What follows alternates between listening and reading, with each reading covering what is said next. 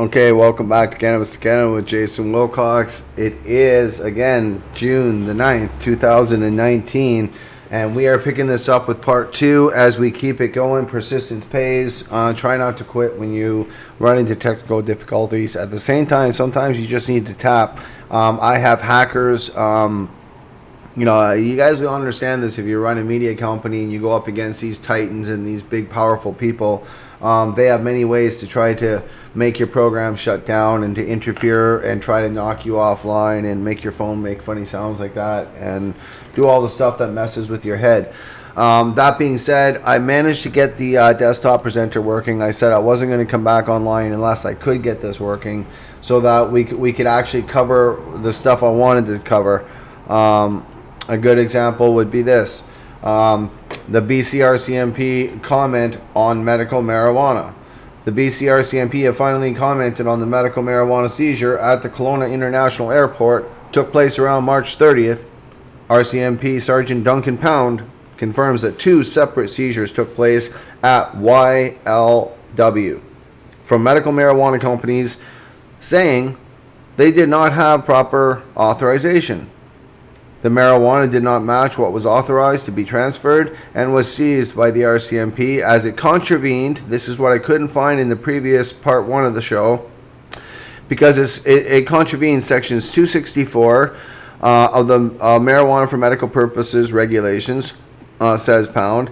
In a statement on Thursday, one of the medical marijuana companies, Tweed Incorporated, announced it will not try to retrieve the seized pot. In other words, it's going to abandon the 1 pound because it doesn't want to have anything to do with it. Anyway, according to Sergeant Pound, the seizure was within the RCMP's jurisdiction. In other words, it broke the CDSA. Anyway, it goes on to say, in the officer's words, if activities are undertaken outside of the parameters of these licenses, the RCMP's role is to enforce the Controlled Drugs and Substances Act, CDSA, which is what it was done. RCMP has not released details of how much marijuana was seized or if any charges were laid. Now, the reason this is important, let me just switch off here. Woo! Thank God we got this working again. Okay, so the reason this is important is because now we can get into the nitty-gritty about dirty corruption, dirty titans, dirty little Chuckies, Chucky Rifishies, and dirty little people that want to make money off the sick and disabled. Call themselves medical marijuana companies. Well, they're actually they're acting more like organized crime cartels and syndicates than anything else. I'm not afraid to say this. I said this in 2014. I said the day will come when this paperwork will get released. Now, what we have as an update to this is 5 years after the fact. This was back in 2014 when this happened. Remember, this was the first publicly traded company. There's a reason they did this. There's a reason Tweed did this. And I need you to understand that Canapy Growth Corp wasn't a new corporation that just merged or engulfed or bought out Tweed. That's not how this worked. Tweed realized, oh shit, we're associated to this 1-ton bust. We need to change our name. So they changed their name.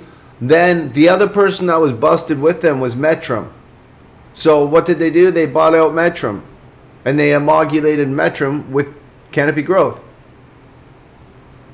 Am I sounding something like I know what I might be talking about? It's because I do my research. It's all in the research. It's all in the documents. And what I love about it is that 900 of these pages were released finally. And in these 900-page documents, the police set forth that it was 700 pounds of pre-packaged dried marijuana ready for sale. Bought from BC growers, ready to be sold back at an inflated cost to people from their Hershey plant in Toronto, where they thought they had it all held down. I believe it was up in Smith Falls or something. Serious shit. Couldn't really prove it in the earlier show. I was talking about it, but I couldn't really prove it. Here's another article. Let's take a look at this. RCMP seized marijuana, headed for Canada's first publicly traded grower. In this one, shortly after reports started coming in that Smith Falls, Ontario marijuana manufacturer Tweed Incorporated had a shipment of marijuana seized by the RCMP at Kelowna's airport last week, another medical marijuana grower has come forward to make the same claim. Toronto-based Mettrum, LTP of 12 companies and far licensed by company, under the new medical marijuana regime, told Canada.com it had permission from the federal government. This is kind of funny. It had permission from the federal government right here. That is kind of bullshit. It had permission from the federal government to, from the federal department to buy weed from growers in BC. Now, if this isn't evidentiary self-incriminating evidence, I don't know what is. This is self-incriminating evidence for the company. It had permission, so it's basically lying in the federal open public media. So it's lying to the public of Canada, it's lying to its corporation, it's lying to its stakeholders, and I will get back to the stakeholders in a second here. There's a reason all this is going down. So the RCMP, this is what's interesting, so far has not commented on the media on 2 seizures which took place in the same day last week. Now, there has been comment now made since. The RCMP did come out and say it, as I showed you in the first clip, that it contravened sections 262 and 264 and 261 of the MMPR, and additionally contravened the CDSA. So therefore, it was outside the scope of the protection of their documents. So let me pull this back here. Bam. Okay, so now we're in a situation where we've got, and we talked about this in the earlier show in the part 1, and I apologize, guys. I don't know what was going on, other than I can tell you my computer doesn't usually do this. It will not usually overheat and act out, and I won't usually find my portholes really scoped in I don't know what kind of malware this is that they're using against me, but I just got to get better security. The one thing that's good is that I went back to school when I found out I was going to have a daughter, and I became a computer technician.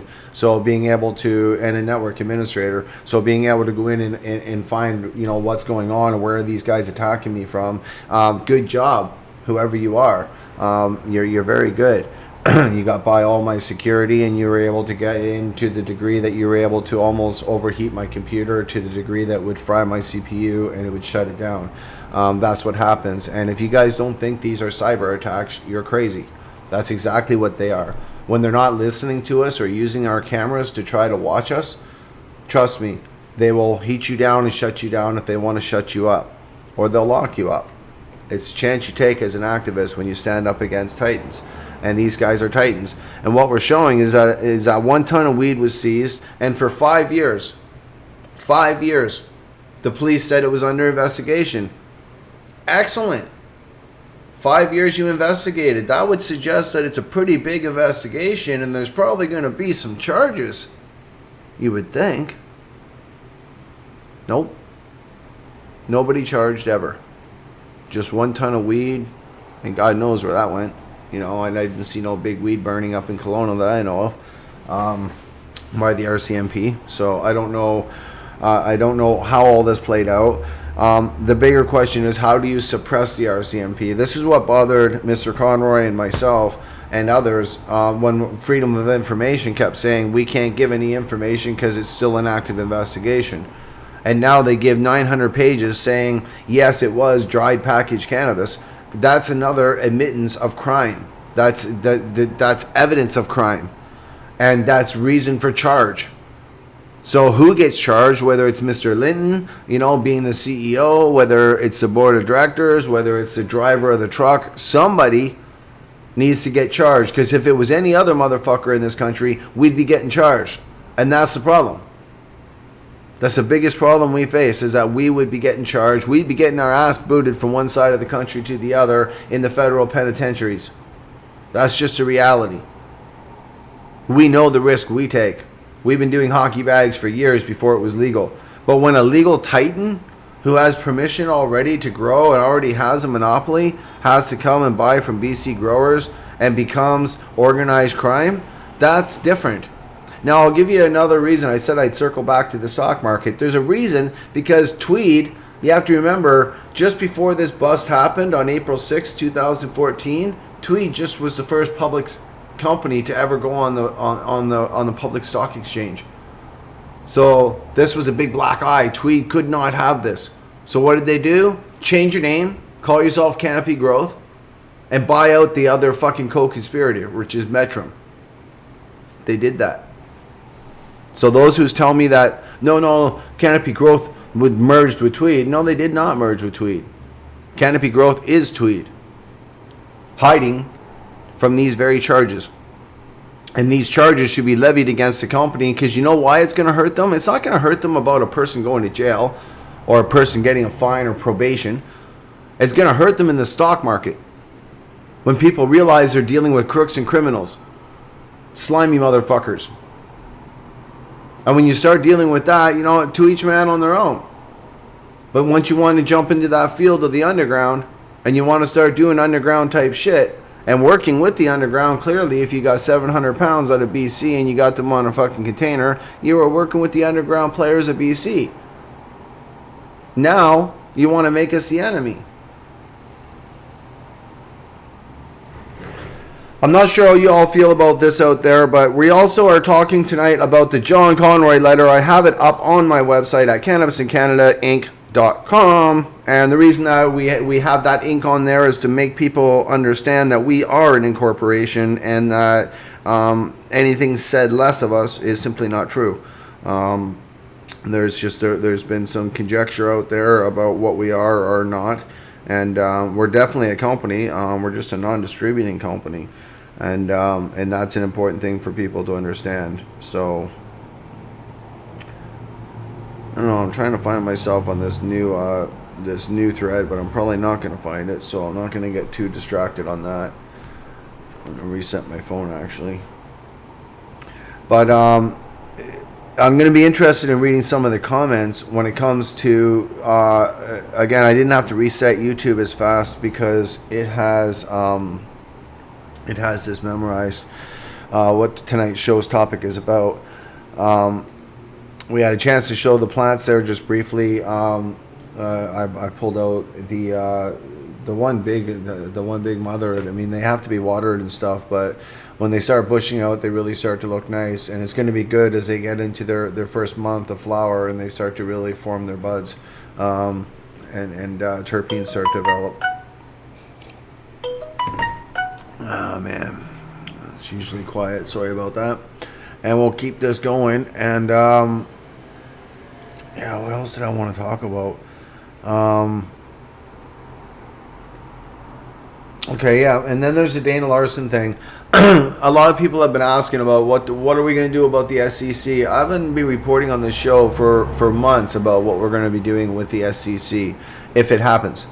And should the SCC happen, then this is what we're going to do. These are things that matter. The reason I say they matter so much is because for me it's if the lawyers walk away, we don't stand a chance. I think that's the only way that I can put it, that people will truly respect it and understand. We can't play around. Attachment from John Conroy. Okay. So I'll send this over, and maybe that'll make a little more sense here. So we'll send this over. So this is from Conroy, and this is up on my website. You guys can check this out anytime. We're still building it out. We're really in the bare minimum of the basic for the website, though it's been up there for a while. We haven't added a lot of content, but for fundamental stuff like this case, yes. So you can go to this site, go to cannabisincanadainc.com, and you can read about this. Go into click on to Cannablog, and you'll be able to get into the different blogs that are there and breaking news. But from John Conroy, this sets forth what he's going to do for the medical trial. He sets forth how it's going to be much like Allard in the way that it's funded, in the way that it's done. He's also looking for people to please send in their affidavits about if they feel like they're getting underserved or not getting looked after as medical patients of Canada, being served by the medical program, being the federal government of Canada. We do not fall under the jurisdiction of the Cannabis Act of Canada any more than Health Canada's federal jurisdiction. Anything under that does not necessarily apply to us, arguably. Mr. Conroy has a trust account set up. If you want to start donating, you can donate now. For our constitutional challenge seeking a federal injunction for whoever the plaintiffs are in that case. So Damon Larson, if you're listening, pay attention to what's going on with the lawyers, because the lawyers, I'm sure they've already told you they're interested in moving forward. So everybody's looking to you, is my understanding. These other dispensary owners are looking to you for an answer. Your answer is right here, my friend, within the lawyers. And Jack Lloyd is the assisting lawyer on this case. So the fact that I've been informing you guys of this, you can find this out here. Again, please copy that. Actually, I'm going to put this right into the friggin' chat. No fucking around on this one. There you go. Bam. Now you guys got Conroy. So you have that writing for yourself. You can read that, check that out, and go from there. Because what that will do, that will help you understand better where we stand legally. This is an announcement by John Conroy, an announcement that he's going to launch a federal constitutional challenge and injunction, a new one. I know you guys are thinking, yeah, lawyers, they just want to do more cases to make more money. John Conroy was retiring. This isn't about just doing more cases. It was about doing the right thing. I asked him why he did Allard in the documentary, and he told me because they were coming from a bad place and we were coming from a good place. And I think John's saying the same thing now. Medical patients are being omitted from the Medical Act of, or the Cannabis Act of Canada. We're being pushed aside to the extent that there's only the ACMPR, which means unless you would grow at home, then really nothing else is medical in the entire act. And there needs to be education, there needs to be proper distribution, and there needs to be proper, seminars and platforms for medical patients to gather and get together. Again, like nonprofit societies and co-ops that don't have to have licensed producer cannabis if they don't want it. If they have a doctor that will sign for them to have a collective grow, they should be allowed to have a collective grow without any interference from the government and or police and or city and or insurance, anybody like that. So I wanted to jump on that. Now you got the letter, now you got the information. You can pass that around to your friends, and then you can phone John Conroy's office and ask him if it's true. And see if you can donate to that trust account. I've been telling people all along, they keep saying, what are we going to do, Dana? What are we going to do, Dana? It's like Dana already knows what we could do, what we should do, and what I would do if I owned a dispensary. Hell, I already put the government on trial. I didn't even need to get charged. Dana don't need to get charged. John can charge the government right now. Pick up the phone and call them, Dana. Say, I want to do this. And let's get some other compassion clubs from across the country that want to do it. Compassion clubs. Not dispensaries, not money-making motherfuckers that want to make money off patients and just friggin' that's all it's about. Actual compassion clubs that understand that that's how it started. That's the roots of this whole movement when it comes to dispensing of cannabis. It started with compassion clubs, and it started with the compassionate understanding that patients needed different things. The cancer patient needed a lot more attention, or the HIV patient needed a lot more attention, or the MS patient than the one that comes in that might be dealing with maybe just arthritis. There's just different things that you have to look at explaining and understanding when dealing with stuff like that and dealing with patients. And I think that that's something that was being missed, in my own opinion. And again, and opinions vary, right? So there's no right or wrong, I don't think, when it comes to that. I would say that these continued, I mean, I gotta pull up some more now. Actually, not really. I guess you guys kind of get it with a thing here, but the main thing that I want people to understand. Actually, you know what? I'll send this over, and this is easier than me trying to talk about it. I'll just let you see it. A Health Canada spokesperson confirmed to the Post that the department had given Tweed the green light to purchase marijuana from licensed growers. Do you guys read this? Remember, this is all public record now, so in the court of law, these are public statements. A Health Canada spokesperson confirmed that the department had given Tweed a green light to purchase marijuana from a licensed grower. Now, anyway, self-incriminating evidence. And that would be used against us if we had made that statement in the newspaper and then got busted with a ton of weed. This would get used against us big time. Especially if we said that we were given permission from Health Canada. Well, then Health Canada has to atone for how they gave permission. It didn't happen.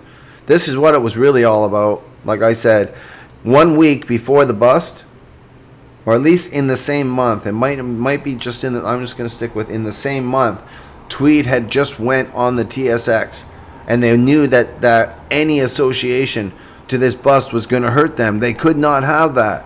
So they suppressed the RCMP, they suppressed the releases, they suppressed any charges. I don't know how they did it. Powerful lobbyists. Probably why we see so many police on the boards of directors of these different companies. I don't know. All I know is you can see here how they also went on to go down and get these other 12 companies, which in essence was Mettrum, and they engulfed them.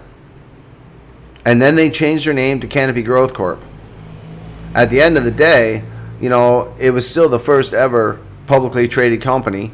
And whether you just change your acronyms on the stock exchange, that doesn't change the legal aspect that you were transporting 700 pounds through a plane.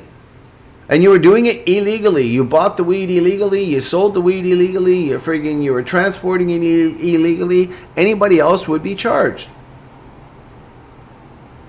And for us to sit there and say that we're the criminals and listen to big titans tell us how we're the criminals, the guys growing 4 plants or 10 plants or 20 plants, we're the guys you got to worry about.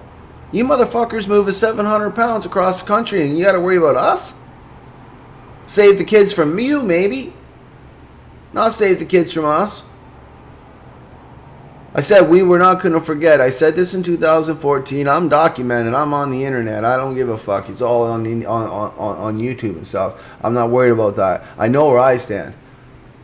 But I hope the country starts to stand up to Tweed and Canapy Growth, because they're no longer called Tweed. So you need to now stand up to Canapy Growth and look at the conspiracies and the ways that they got forward. You guys would also be surprised that they brought in weed from Uruguay. They bought the shit stuff that nobody in Uruguay even wanted, and they brought it here to sell to you at an inflated cost. Just like the Colombian shit that's coming in now. Is there a reason for it? Absolutely not. It's just that our really good weed's going out probably to other countries so that we can try to win new contracts by those corporations. Personally, I don't care about the corporations if they follow within the jurisdiction of the law. I don't necessarily agree with these corporations to begin with having sole proprietary over cannabis. It's wrong. There's no right or there's no justification for that. So it's for us to say enough's enough, but it's when they fuck up, like now. We've proven with media articles, self-incrimination. We had permission. Suppression of the articles, suppression of 900 pages of documents, of police documents, police records, what was actually seized, that it was 700 pounds of dried marijuana. And all those officers knew it, but their sergeants told them to be quiet, so they stayed quiet. It's wrong. It's corruption at its finest. If it was me, that's what they'd be calling it, or organized crime, or whatever they want to call it. But because it's some corporation, it's not. Fuck that. It's organized crime. But Chuck Fishy founded it. Uh-oh. That's the chief financial officer of the Liberal Party. They're the governing party of Canada. We can't have that. Uh-oh. I'm just keeping it real here, Canada. You guys can choose what you want to do. Dana Larson and your dispensary owners, you guys can choose what you want to do. The medical patients of Canada, we're all set to do this. We were all set to fight and push back and support whatever your fight was going to be, provided it was going to be for compassion clubs, for medical patients to have proper access, because we understand the need for it. But not for profit, not for people to walk away, not for people to ask others to fund it, to not even step up and be the plaintiff and sign the goddamn document. I went through it. I did it in Allard. Sign the document, sign your life away, and know that and hope that it's going to be a brighter day. That's what you need to do. And Mr. Conroy has set forth a legal challenge that he's willing to do, and my fear is if the lawyers walk away from this, then we're not going to have medical dispensaries, and medical patients, even worse, are going to continue to be omitted and pushed aside. And next year, I believe they're going to go after our plant counts, and they're going to just say 4 plants for everybody. Reasonable access is obtained through these dispensaries that we can't afford, which goes all the way back to the original arguments in Allard. But you have to remember one thing in Allard. The government has never went back to Justice Phelan and said, Your Honor, can you lift this injunction, the restraining order that's on us? There's a reason they haven't done that. It's strategic. They'd probably rather just have 36,000 people in this country with licenses to grow under injunction and have everybody else just doing 4 plants than having a 2-tiered program. Because the more and more people find out that you don't even have to be sick to get a medical license, you just need a doctor to sign for you, you know. The more and more people are going to transition over to the medical program because you get to carry more, you get to grow more, etc., etc., etc. That's where the 2-tiered problem is going to begin and end for Canada. And once again, medical patients are caught in the crosshairs of fucking legalization, and it's wrong. Even post-legalization, our brothers and sisters are still locked up in jail. And then forget just the medical patients. Sometimes just our brothers and sisters that are growers that we're supplying medical patients that are in there for nothing more than growing.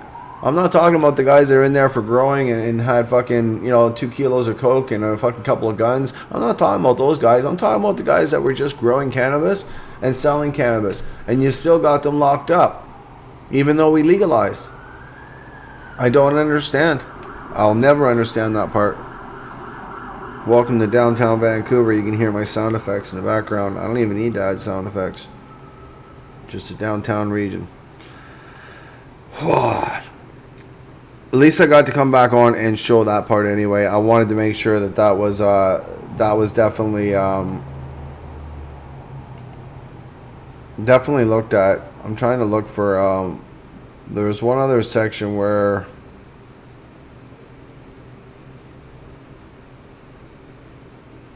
Mr.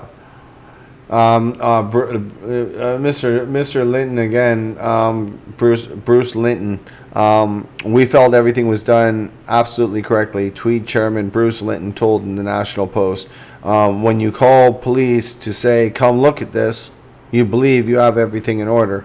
I don't believe that. I don't believe that they called the police. I believe that the real reports tell the truth, and that's that the actual airport called the police. The airport realized that there wasn't something right about this order, and the paperwork didn't match the order. And either an airport employee or somebody that maybe smokes marijuana and knew that there's a monopoly being set up in Canada and that this isn't right, tipped off the RCMP. But the RCMP's statement that this contravenes the law, and once again, let me throw this up again so you guys understand, it's the issue of breaking the law. If you're gonna break the law, then somebody has to be charged. So the RCMP, it contravened. Now this is the medical. Some of you might say, well, the medical purposes regulations were repealed. Okay, fair enough. So let's go down here. If activities were done outside the parameters of these licenses, the RCMP's role is to enforce the Controlled Drugs and Substances Act, CDSA, which is what was done. I would argue it was not done. The RCMP also, now it's 5 years later, they released the 900 pages that says that, oh yeah, it was 700 pounds of dried marijuana they were shipping and 300 actual plants that were live plant material they were legally allowed to ship and in accordance with the MMPR and their permits. Now they can argue it was a confusing time. Argue that to the judge. This is what the problem is. You don't argue this in the court of public opinion, in the media. You argue this in front of a judge. And you explain how you were confused about whether you could buy 700 pounds from BC growers who thought they were going to lose their licenses and everything was going to shit. I remember. I was here. I lived it. It's just so wrong. It really is wrong. And there's a reason why we do the documentary that we're doing. There's a reason why we keep filming. And Cannabis Canada is going to keep doing what we're doing here. Right now, again, my shout out is to Dana Larson. Is saying why, if we have Mr. Conroy willing to act and willing to do this legal action and has a trust account already set up and people donating money, why, when people are saying, what do we do? What do we do? Why are you asking, what do you do? Call John Conroy. Make sure that you're a club. When I say you're a club, make sure you're a compassion club. Make sure that you're checking doctor prescriptions, that you're educating patients, that you're providing extracurricular activities for your members as a nonprofit and or co-op. That's what we would like to see for the future of Canada, in my opinion. It's one way we can get around federal regulations. It's one way we can help our patients. And it's one way that many of us can continue doing what we love to do, which is study this plant and heal people with this plant. And all the various genetics and man, we get to educate on that. My funnest part is going to be over the next couple of years is teaching the government and pushing back against the government about non-medical users. There's no such thing. Everybody's a medical user. Everybody.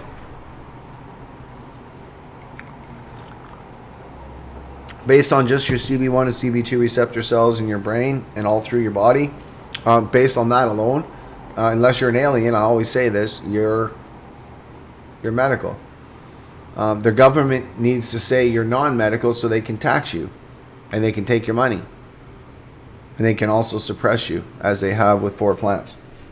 Hey Mike, this is part 2 of part 1 of the show. I could not get the documents on the page that I wanted to show people. So sort of like right now, I got my face on there where I probably should have this over there, which is once again the John Conroy document. It's up on my website if you guys want to check it out, CannabisCanada.com. And you'll see John Conroy sets out here that they are going through materials. They're setting up. The argument's going to look like the Allard trial. You know, they're seeking a declaration of invalidity. That is a constitutional injunction. That's just all that. That's all that means. And special federal court procedure affidavits from patients across the country. We haven't heard from patients. This has been my problem. Patients aren't reaching out to John. As much as I'm trying to get this information out, I'm just one person. We need to share this information around. We need to let people know. John Conroy didn't set up these trust accounts right here so you guys could donate money to him, you know, so he could actually fight on behalf of us. The man's supposed to be in semi-retirement. So this is kind of, you know, this is kind of where I'm at. And it's why maybe I'm perplexed when leaders in the dispensary world, you see, for me, I was a leader in my world as a grower, and I felt like protecting the plant and protecting my right to grow, so I fought. I don't care about dispensaries. I don't really use them, so I care about them for other medical patients. I care about compassion clubs because they actually serve a bigger purpose than just serving cannabis. They serve education. They serve companionship.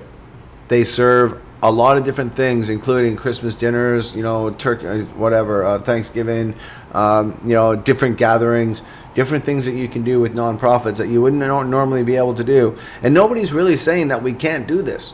Nobody's really saying that is not allowed. I think it's just more that we have to look at more, do we want to do it? Now, with the attorneys being willing to fight, and I know Mr. Conroy is looking at this on a much broader scale, even though the dispensaries, just like in Allard, people forget that in Allard, that was the only reason that there's dispensaries now is because we proved the importance of dispensaries. Even though that wasn't our argument was that there was no fire, mold, or organized crime associated to medical patients and their grows. However, dispensaries came into the court trial and the judge rendered a decision that impacted the government in such a way that they had to allow dispensaries. Unfortunately, they allowed it to be LP picked dispensaries and they forced our people out. And that's how that went down. And it's very unfortunate it went down that way, to be honest. I haven't seen stuff like that in a while. And I've been watching this once again. And again, it's not easy. It's actually painful sitting back and seeing people not take a stand. You have the opportunity. These dispensaries make a lot of money every day. So there's no reason that they can't pay these lawyers to fight on behalf of the medical patients they want to keep making $10,000 a day off of. So I also understand the patient side, or saying screw the dispensaries, let them go down. But I'm reminding you guys that the new dispensaries are no worse or no better than the old dispensaries. They just look fancier. They're people wearing suits, but they're sheep's and wolves, they're wolves in sheep's clothing. This is the problem. So it's stuff like this that we need to, again, as a country, look at, think about, and ask ourselves what we want for, really, for the future. It's not easy. I think the hardest part for me in all of this has been trying to not be not talk about stuff that we can't really do anything about, like Canopy Growth. They're a titan. It'd be like trying to talk about what do we do about going after Tilray. Well, Tilray's been a little more effective and not really done what kind of bullshit that Canopy Growth did. Canopy Growth and Mettrum should both be locked up, or at least they would have took a hit on the trade. On that stock trade, on that stock market, I don't know shit about the stock market. All I know is that if we want to hurt them, this is our chance. Go after this RCMP file. Go after these RCMP officers who suppressed this information for all this time. Even though they're releasing it now, the question now becomes, okay, now that you've admitted to it, now that we have police evidence, now that we know what was in there, then why is nobody getting charged? No fines, no court appearances. It's just a walk away for everybody. If that was any other civilian in Canada, it wouldn't be that way. But if you're a corporate titan with lobbyists paying the fucking federal government, and your founder happens to be the chief financial officer of the Liberal Party, well, I guess you get to walk away from a 1 ton of weed bust. I've heard of paying off the police before, but come on, 1 ton? Anyway. Well, Jason, were you able to find the, Jason Steele, were you able to find the statute of limitation at all? For what it is, again, if you're busted with a ton of weed in Canada, because I know that they just put this out 5 years, and I'm thinking to myself, fuck that, it's not 5 years. I know the statute of limitation would be longer than that, because guys can go on the run for 5 years in Canada here, no problem. So it's not 5 years, it's longer than that, and the statute of limitation is what matters here. Now that we've got incriminating evidence, and the lawyers can actually act, it just takes someone to say, you know what, I want to fucking go after these guys. These guys lied. I bought their weed. They ripped me off. And sue Canopy Growth, who's going to say we had nothing to do with what Tweed did. But if we follow the paper trail, you'll see that Canopy Growth is Tweed. And they don't like guys like me out here talking about it. But you know what? I don't like guys like Tweed or Chuck or Fishy. So it's one of those things. So it was an indictable offense, and it still is an indictable offense. That's when I talk about the statute of limitation. It means how long can you be charged after you commit the crime. So if you're caught smoking a joint outside, that's a ticket. You're caught speeding, you got a certain amount of time to pay your ticket. Usually it's 5 years before your next driver's license. But if you commit an actual crime, like transporting 1 ton of weed across the country, illegally, 700 pounds, normally that gets you no bail and you're doing detention. You're doing pretrial. You're doing dead time. That's what that means. So somehow for these guys, it meant you're free to go. Go ahead, keep doing what you're doing. That's wrong. They just abandoned it. And then people don't realize that, again, Mettrum is just another one that Canopy Growth, Tweed needed to change their name. They changed it to Canopy Growth, but they also bought out Mettrum, their co-conspirator in this bust. Now, when we look at all this, all we know is that 700 pounds was busted at the Kelowna airport. This was back in 2014, 5 years ago. Police suppressed all these documents, 900 pages. Most of them are the officers pissed off that they're not charging these guys and arresting these guys. The officers wanted to do their job. But there's somebody, chief, sergeant, I don't know, captain, I don't know who, somebody said, fucking no, you don't charge them. Let them go. Can you imagine being busted with 700 pounds in the back of your fucking shit, and then you just claim it was your paperwork? I wish I could do that, man. It was just my paperwork. I thought my federal license said it's 700 pounds. I didn't know it only said 1 pound. Like, I'm sorry. Like, really? Transporting cannabis is transporting cannabis, and it's against the law. Thank you to everybody who's jumped in and dug up this information. And please weigh in. Weigh in. I need to hear from you guys. This should not just be a Jason Wilcox thing, or because it certainly isn't about me. I mean, I don't even buy from Tweed. I don't buy from any of these LPs. I really couldn't care. I grow my own weed. I just showed some pictures in part 1 of my own weed. I mean, this is the thing. This isn't about me. But as a social justice activist and as a patriot to my country, it's about all of us. And what affects one should affect all. And we need to do something about it. What more can we do? Jason, you're one of the smartest guys probably I know in the chat right now that I've known personally, that I've been able to talk to over the years. Jason, what do you feel should be the next strategic move against the RCMP of Kelowna Airport? I'm not sure who. I mean, how big the detachment is. It's a small airport up there, a small little city. So, it's here in BC, but it's up in the mountains. So I want to know what's the next strategic step that maybe we can actually get charges laid or something against Canapy Growth. And if that happens, that will actually hurt them on the stock market. You guys want to know how to fight back as a voice of the underground? You guys want to know how to push back against these guys? This is how you push back. You expose them for their corruption and their own conspiracies and their own shortcomings. And hope to God that the policies start to change more in our favor. And change them when we need to. Sometimes we need to break a law to change a law. And there's many people out there right now breaking the laws. And they're breaking them to change them. So it's not like they're breaking them for the wrong reason. They're breaking them, and they're breaking them to make a change. And I agree with that. I think that that's kind of cool. So it is what it is. It's one of those things. Exactly. And this is my issue, is that the officers in the companies, it's like this Linton guy. He just says, I had permission. You didn't have permission. You don't have permission.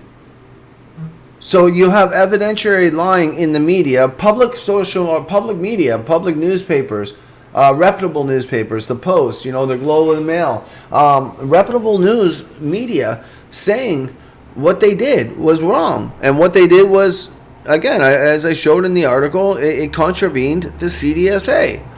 And these are things that we don't talk about enough. I think the reason I'm focused on it so much is because I can't let it go, because I knew that the 900 pages are going to come out soon. I said many years ago, anybody who's watched my show knows that I said this information will come out, we won't forget. Now the question becomes, and I'm asking you guys because I don't know the answer either. I really don't. But activism comes with action, 1 foot before the next, not just talk. So we can talk about it, but then we need to apply some action. So at the very least, please take this information and share it. That's action. Then from there, we come up with a concerted plan for how the RCMP should and could be held accountable for what they've done. There is some serious, there's serious stuff to atone for.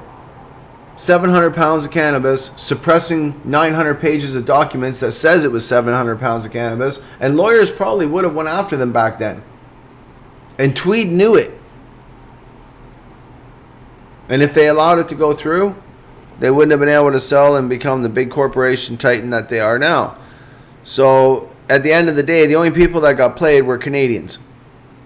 And to me, that's kind of not cool either. So, I think we as a country deserve better than that. I guess I'll just leave it at that.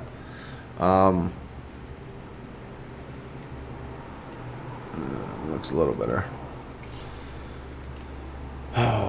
What we got here? Criminal code related to making a false. I wondered in Ontario, Secretary's Commission should be notified. And I agree. And this is the other thing. I pointed this out earlier in part 1 of the show, and I'll point this out in part 2. We have to remember that Tweed, or within the same month, that bust happened up at that airport when they found those 700 bags of weed in hockey bags. Yeah. When they found all that, Tweed, they just were the first public traded stock trading company. They were the first ones to go on the stock exchange. They could not have this because nobody would buy into them. They would take a hit and fall. So instead, their buddies in the RCMP suppressed the information for 5 years. And I'm still saying here, I'm sitting here now telling you how after 5 years, if it took you 5 years to figure out how much weed was in 1 ton, if it took you 5 years to suppress this information and now release it, then what are you going to do about it? Because clearly, if it contravened the law, which the RCMP already said it did, somebody has to take a charge, especially in a corporation situation. And I'm exposing the truth because follow the paper trail for yourselves and you'll see that again, Tweed was engulfed by Canopy Growth. And the concept that Canopy Growth is Tweed. They just changed their name. All you have to do is follow the paperwork. And they were smart to change their name because they had to get away from this, what we're talking about here today. They didn't want this. They didn't want us talking about this. This can hurt them on the stock market worse than anything else. Is to know that they were being, again, shady in the beginning. Crooked. Most people don't really care. And, honestly, a lot of guys are like, hey, I couldn't give one shit one way or the other. I got some good BC butt out of it. Some people can look at it from that perspective. And, I always say to each their own. For me, it's more about like, how many of our brothers and sisters are still sitting in jail right now for 6 to 12 plants or 20 plants or 100 plants? And these guys have 700 pounds and not a single charge is laid because they wear an Armani suit and work for a Titan. When I say a Titan, I just mean a very large corporation. But does that make it right? Does that justify the means? I think it's questions we all need to kind of ask ourselves. I would definitely say it's something we all need to ask ourselves. Trying to find one piece of footage here, but I think it was D.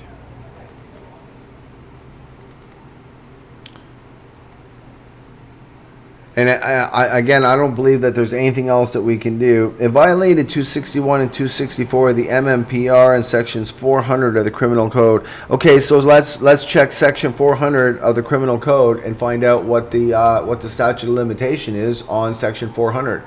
And if section 400 statute of limitation is like 15 years or something, well then we should be going after them for charges. You don't get to run from it's like a rapist that gets away for raping somebody and gets away with it for 5 years and then finally gets caught. Well, the person still gets charged because the statute of limitation on rape I think is like 20 years or something. It's crazy, but it's got a good statute on it so that at least we're able to deal with the criminals when we catch them. And I call a criminal, man. I don't mind if you're working in the underground and you're trying to make ends meet. That's one thing. But when you're a suit and you have permission and you're already got control, like you're the title, you're already the control person. You're the first ever company in this country. And you buy 700 pounds of BC bud from us, and then you call us criminals and tell us how to put our gardens into kitty litter and get rid of it. I sued you guys for that too, the privacy case. It's getting settled soon too. But anyway, so that's another thing. We just don't stop. They fart sideways, we kick them in the ass, make sure it comes out right. That's all I'm saying. It's just, what are you guys going to do about it? Mr. Larson, You're the leader of these dispensaries and all these guys that are out there. They're looking to you for leadership. I beg you to read Mr. Conroy's letter and to actually take some action on it.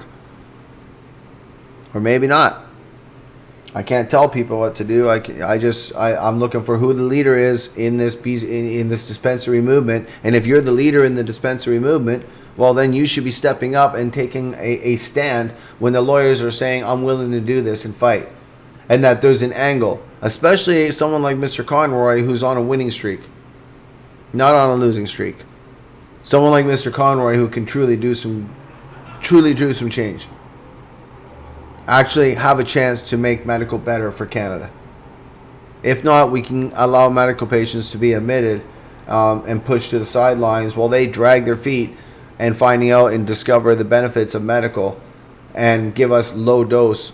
And quite frankly, the more they squeeze out growers, the less and less you guys are going to see of new strains, newly farmed strains. You're not going to see as much of that. You're going to see it coming from them, from the corporations, but they're going to want to be breeding in lower doses. Unfortunately, they're not going to be looking at it like we have. Stolen from the black market. That's a good question, old days. I don't know. It could have been stolen from the black market. This is the thing, is that we don't know.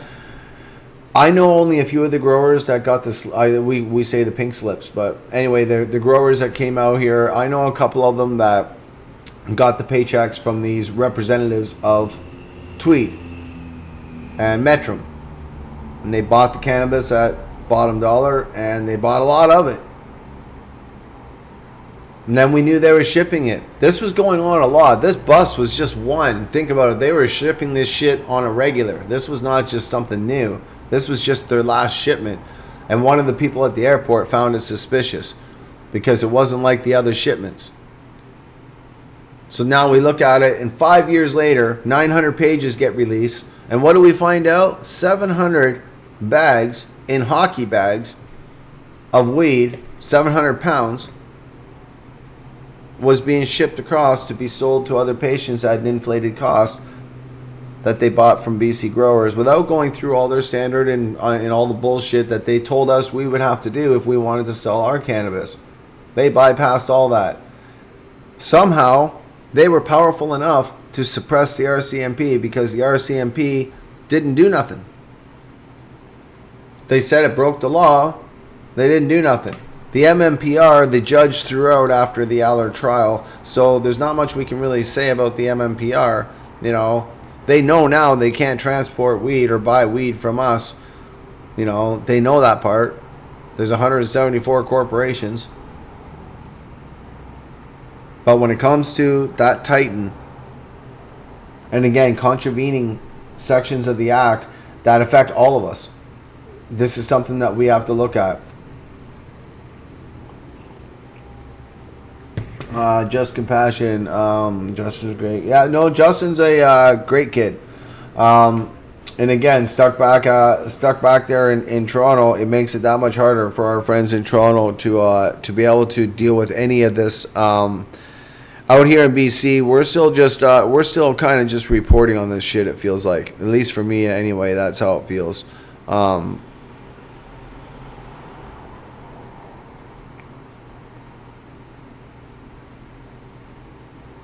You know, that's pretty long. That's like 15 minutes long, but that's okay. I might put that on after. Anyway, that's one of the larger grows that I've ever put on cannabis in Canada. But anyway, I wanted to keep this going. We got enough people tuned in here. I'm not gonna tune it out, but I do want to engage. So as an audience, we need engagement. So, you know, this isn't a Jason Wilcox topic. This isn't a lesson. This is just me reporting and showing you guys, look, this is what the RCMP has said. So, and again, for the third time, I'll kind of throw this over and just take a look at this. Cannabis Canada with Jason Wilcox, the real Cannabis in Canada. Here. Just hold on. If activities are undertaken outside the parameters of these licenses, the RCMP's role is to enforce the Controlled Drugs and Substances Act, CDSA, which is what was done. RCMP have not released details of how much marijuana was seized or if any charges will be laid. Now, why would they say, or if any charges will be laid? 700 pounds of dry weed? See, they suppress this so good. What do you guys think? I want to hear from you. They suppress this information. This is coming from a sergeant. Sergeant Pound. Ironic.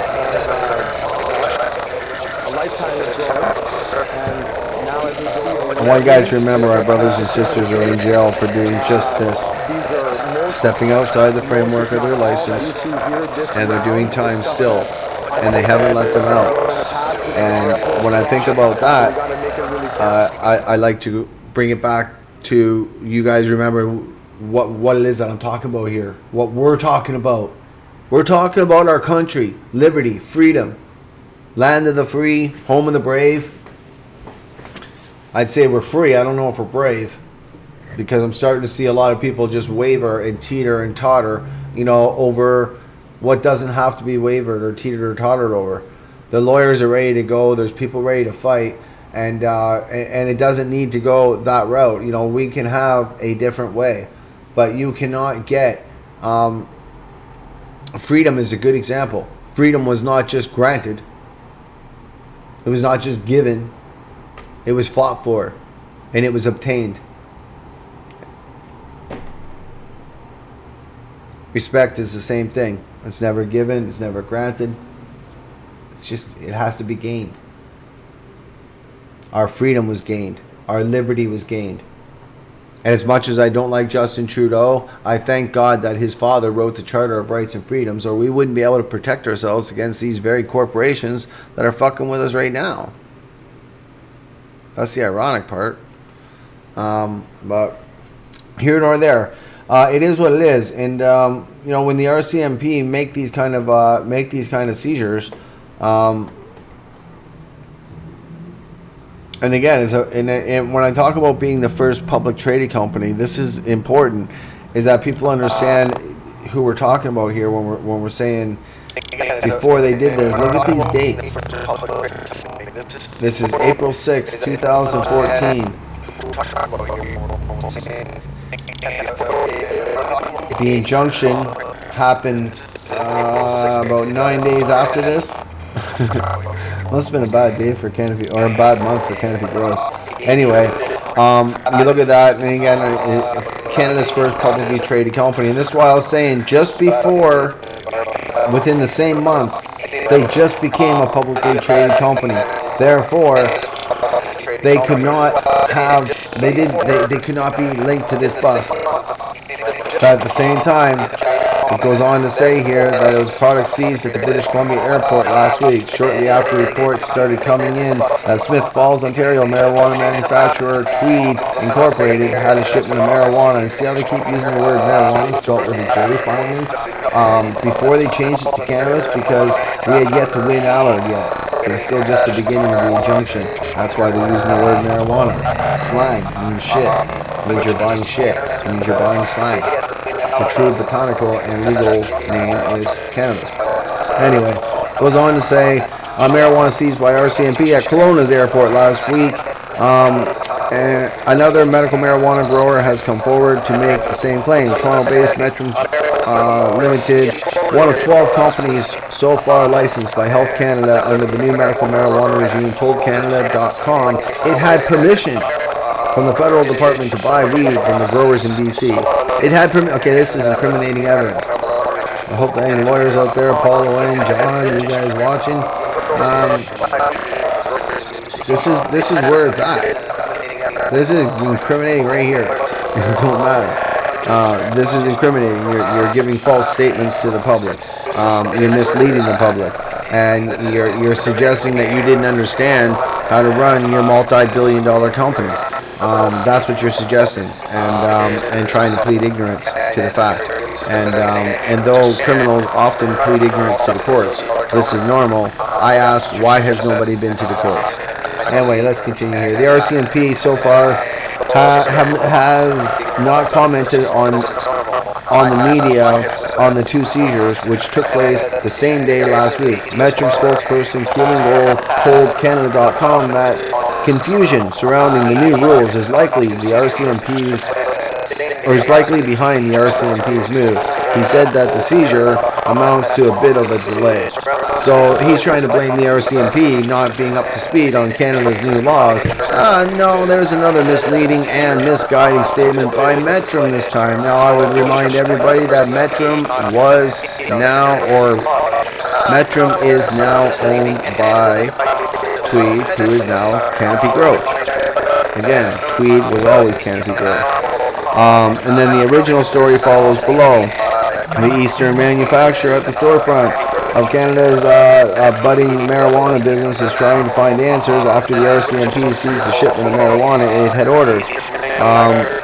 The incident highlights the gray legal area in which medical marijuana manufacturers are operating up shop under Health Canada's new rules.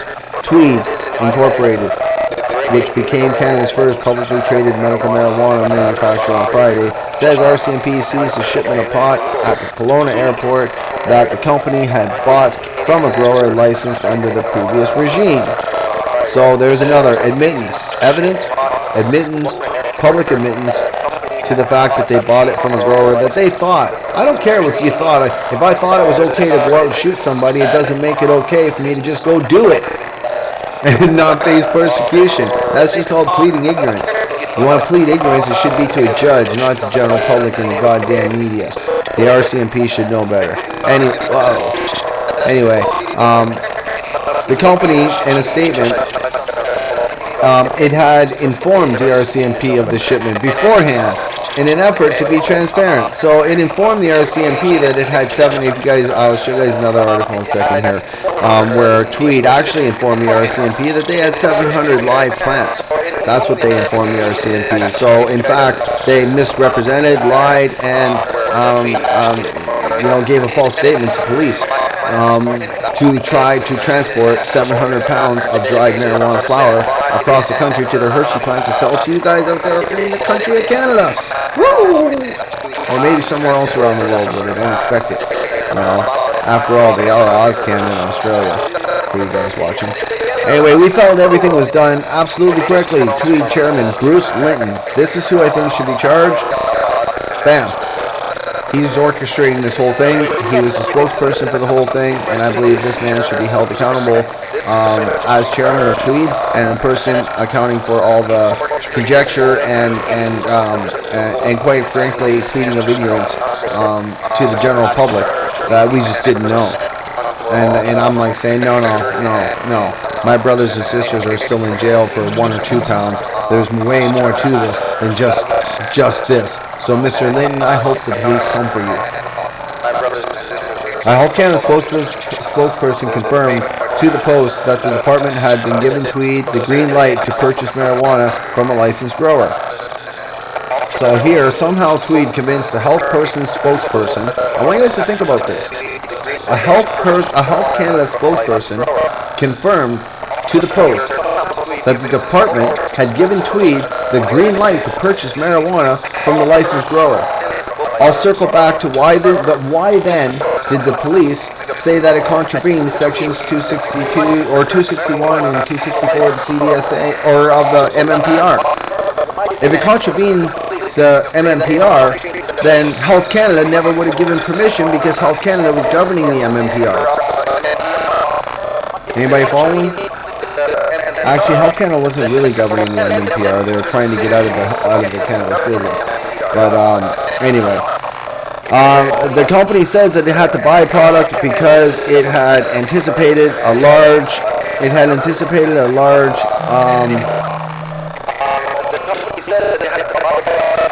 What the hell? Justin, live on the air, man. What's up? Alright. The company says it had to buy a product. It had anticipated the large demand from licensed buyers who are ordering several times more marijuana per head than the company expected. Again, justifying buying illegal cannabis. You can't justify this. This is like me saying, you know what?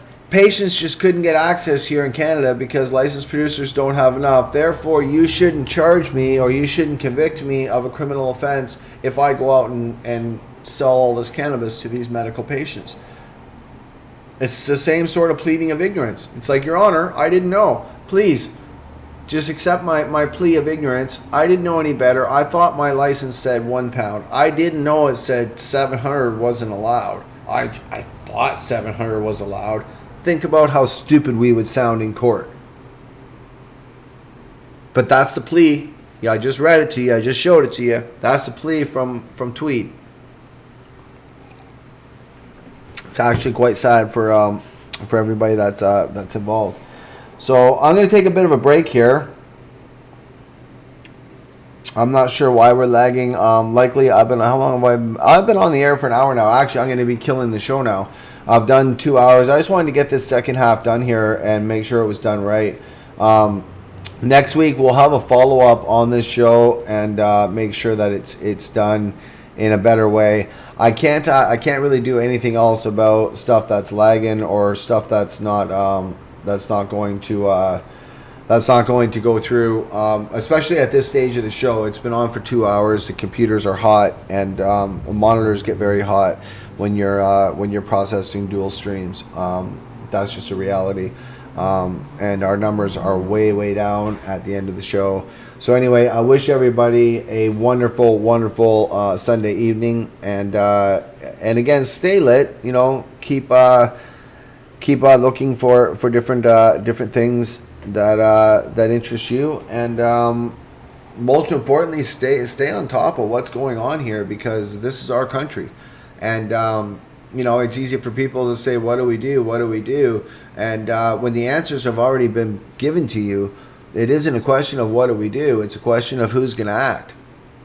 And on that note, I hope for the medical patients of Canada that somebody picks up the leadership role and takes a lead on these legal actions in such a capacity that we can make more change and bring in better policy that would allow access and education and proper distribution of cannabis for medical patients without these heavy, strong criminal sanctions.